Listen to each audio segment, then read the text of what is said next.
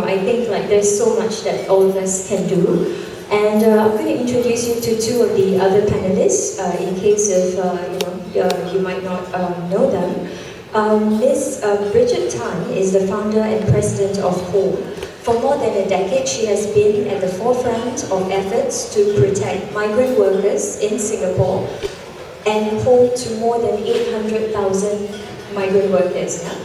And Salima here, to my right, is committed on working on social issues, particularly women's education and building the capacity within social enterprise for women. Besides Ida, she used to sit on the board of UN Women Singapore and is the co-chair of the Trafficking Project.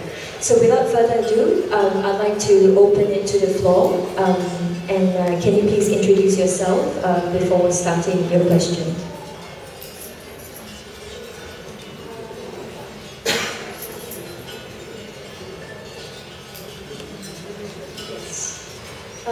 Can you have a mic? You have to give a mic.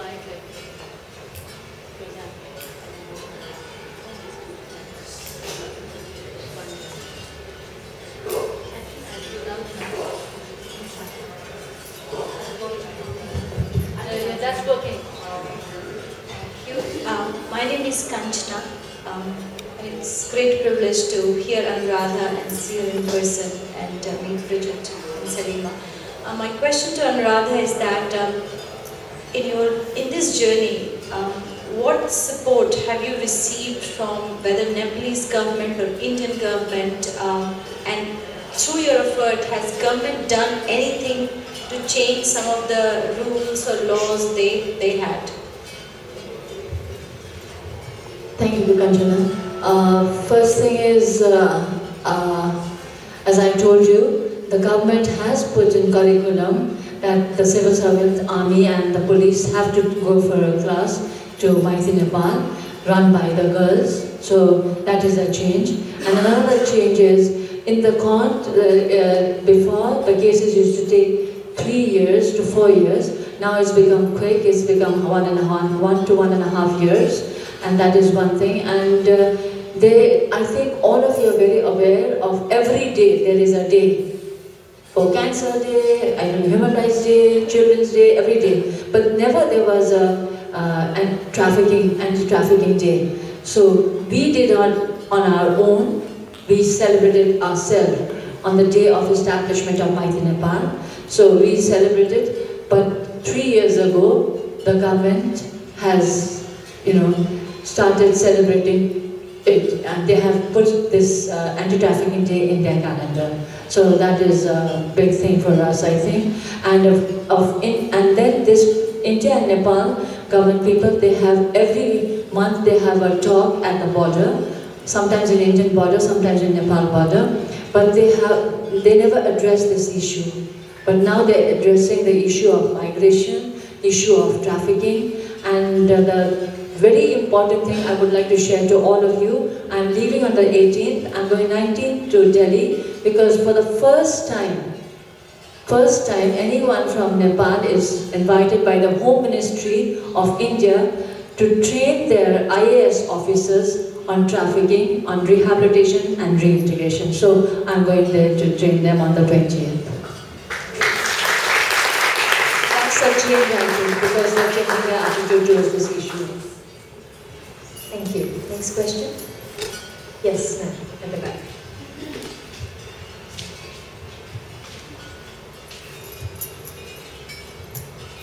Namaste. Namaste. तपाईले बहुत fantastic काम गर्नुहुँदैछ. We are speaking in Nepali. हजुर?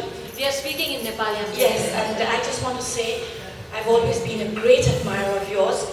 I am of Nepali origin, but Indian. And I know what goes on because I've been across the border many times. My older sister used to be the Human Rights Commission, head of Human Rights Commission in Bengal. But what I found out from talking to ladies like her and following your work and reading up on this subject and just my observations as a journalist is that the real problem is not even government to government. It's in our homes, it's in what we teach our children from very young. As long as boys are going to grow up thinking, and men think, if men go, I mean, you know, they could come from Western open societies where women are treated on an equal level, but if they go to a brothel, or they go to Orchard Towers, 4 floors of whores, they call it, laughingly, are they not also traffickers, and in an indirect sense? And should every child, every male child and female child be taught that this is wrong, this is evil, this is immoral and unethical? It's not just stopping it when the traffic happens.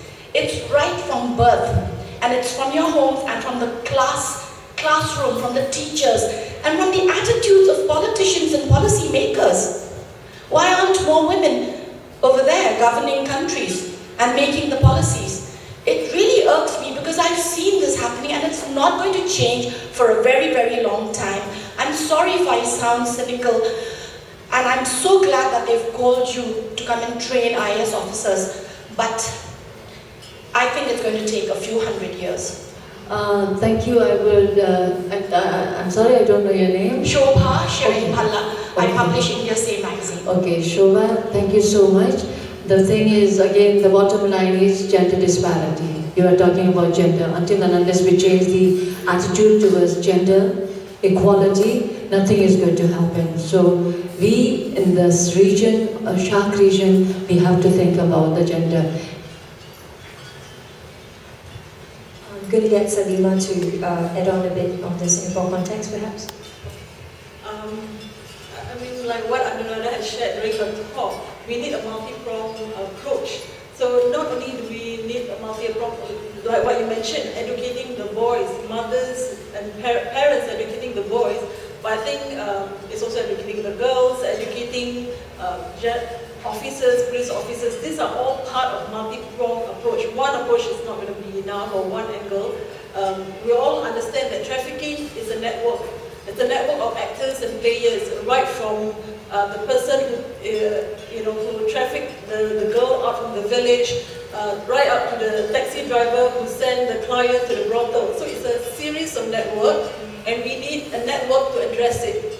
And we all can be part of the network. All of us have a circle of influence. We are mothers, daughters, wives, friends, and we work in various capacities at work. So I think it's something that we need to do hand in hand with other players to address it.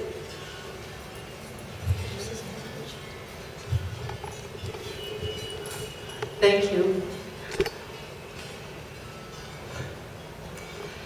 Indeed, it is a very complex issue, and because it's so complex, it makes me think quietly as to what we could do to respond to these heinous crimes across continents. Now, I have in my midst one young lady who came with me. She is at the back there with her camera taking a picture of me. Nurul, put down that. She is Indonesian. She comes from East Java. At the age of 14, she had to drop out from school. She started to go into domestic work. She worked in Jakarta, Jogja, and where else? Bali. Finally, she landed in Singapore as a domestic worker at the age of 16. But because she is a young girl who came from a very strict family, traditionally Muslim, and she says, my brother used to tell me that I should not go out at night with boys and men and so forth. She has a very strict brother. But her friends are not like that. And many of them could be easily lured and trafficked, okay, and such like her. Look at her, so young and pretty. Put a price on her head. But she wants to study and she wants to have a chance to have an education.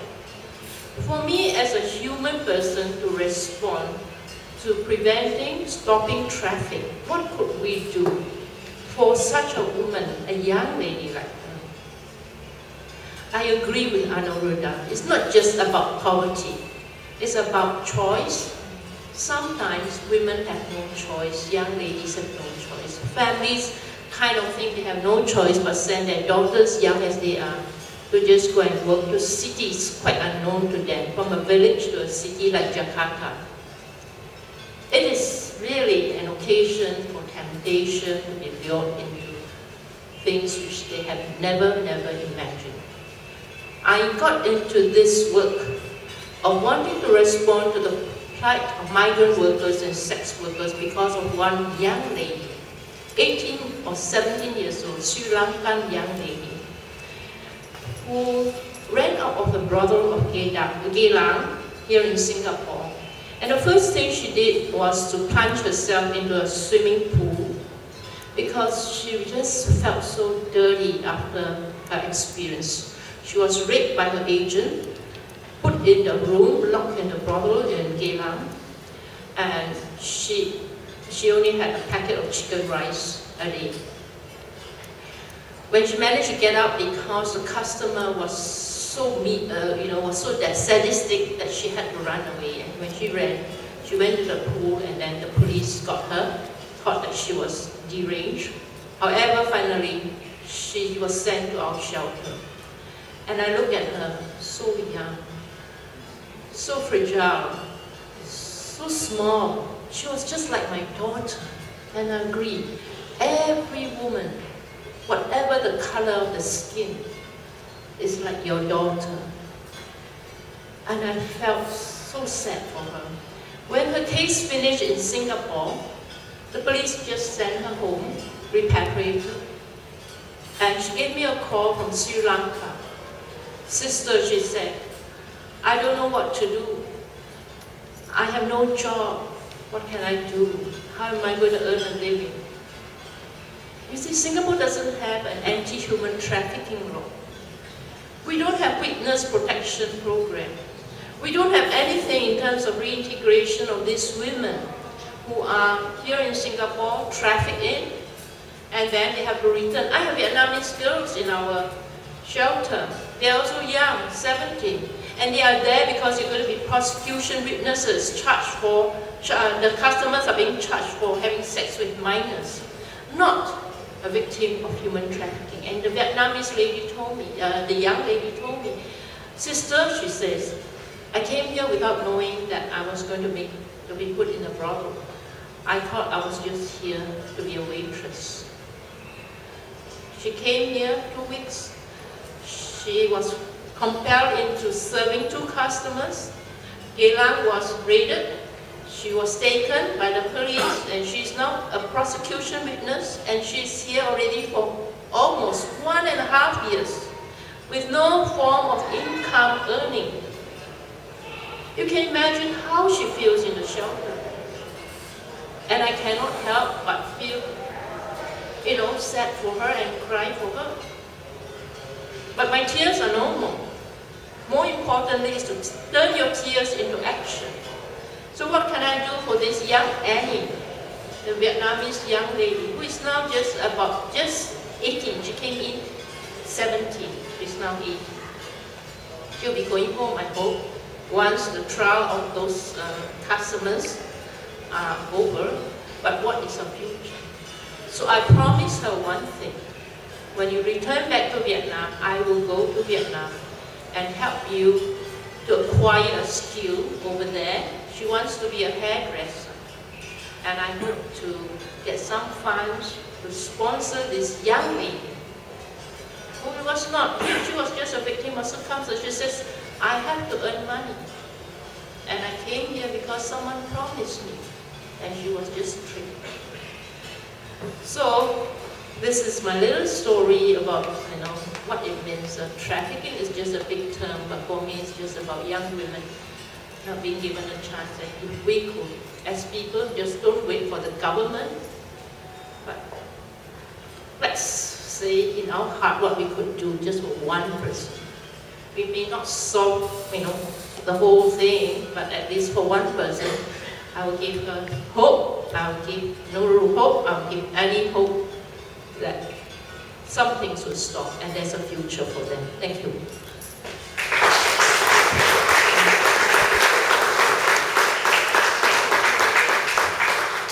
Thank you, Shobhash. And if I I can just add, I think it's such an important question on education because as an adjunct lecturer, I teach at universities on mass communication program.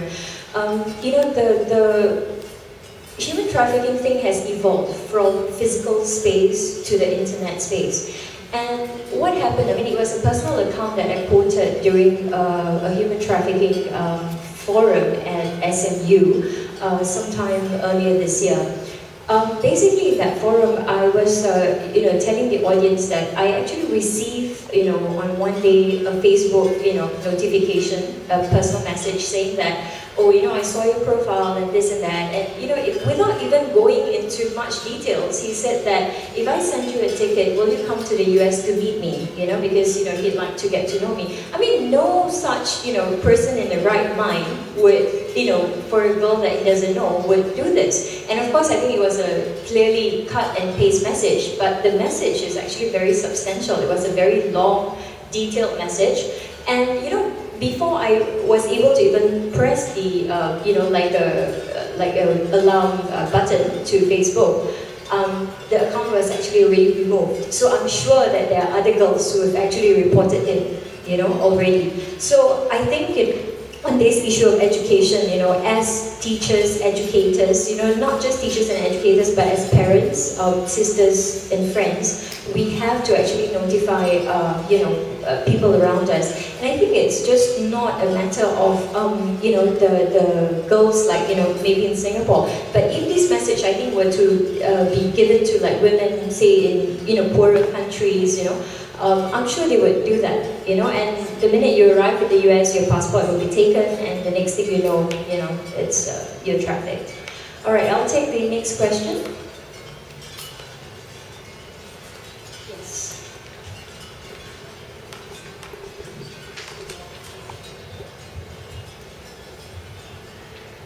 Thank you. My name is Anna Collier, and I'm honoured to be in the same room and to listen to what you have to say, and I thank you for the incredible work that you're doing. And I just wanted to, following on from the question that we had before, going back to the 5 reasons that you give for the reason why children, women, people are trafficked. And I think that the 6th reason is, and most importantly, or very importantly, is demand. And I kind of hope that in the status that you now have, having won the CNN hero thing, and the fact that you have an incredible voice, and there's such amazing respect for you, you have a voice that can be heard and that can campaign against demand to these people that are those people that demand this ugly service. And I think that, yes, we have to educate our children, we have to make them see that, they have to see women and children and girls as being different, that we have to address the disparity and the imbalance of gender. But I think that there's an immediate demand now, which is a big part of the problem and needs to be addressed. And that demand is unashamedly real. It's here, it's now. And I do think that maybe some of it is just maybe evil, maybe ignorance. And I think that you have a voice that's powerful and could perhaps address that demand. So I ask you that please would you consider that. I think you have a powerful voice and maybe it could make a difference. Thank you so much for the suggestion, but I would like to remind you that we women, we are not commodities. So you cannot say demand or supply, right? We are not commodities. We are not sold like the demand, like this is not like this. We are human beings, we are ladies. So I think you have to address and say origin and destination. So how we are going to address or work on the destination side, or the people who are doing this crime on the destination side, how we are going to teach them. So I think the best thing is, as you said, like, and everybody said, I think she said, the lady Shobha has said, that we have to first talk about the 5 reasons, and talking about the other side is, I think we have to start, that is why we are, where the problem is in the destination. Slowly people are trying to, the law in India clearly says giving a house and taking a house in public place for prostitution is a crime. But all their brothels are in public place. So it's a crime. So it's a crime, but they do not understand, because there is a, I don't know how to say in English money, but in Hindi money or Indian money, Nepali money I can say, it's a business of 1 crore per day. I don't know how much that is. But how much is 1 crore? Is anybody there? Vishwa, can you tell me how much is it? Huh? 10 million turnover per day in a brothel. Half goes to the administration or the government, and half goes to the whole mafia gang, who she explained is from the source to, from the origin to destination, because this is, I don't know if you know that there are 3 biggest crime in the world: drug trafficking, arms trafficking, and human trafficking. So these are the worst forms of crime in the world. So that this turnover of the money, if it does not, we do not stop this, and if the other side, the destination people, they don't think about demolishing these places. And as you've seen in Mumbai, now it's very little. They have shifted to Nagpur. They've gone to Pune, but they're shifting, and slowly they are closing it down. So I think the government, whoever comes into power, they have to change. And of course, on the original side where the girl comes, I told you how the court cases are done. So far, Maiti Nepal only has convicted 868 criminals, traffickers into prison. And the government this year has sentenced one person the government has sent. So, but we have sent 868. So that is, you see, as you work, you have to go on changing, and people will feel the change. But you should not back yourself.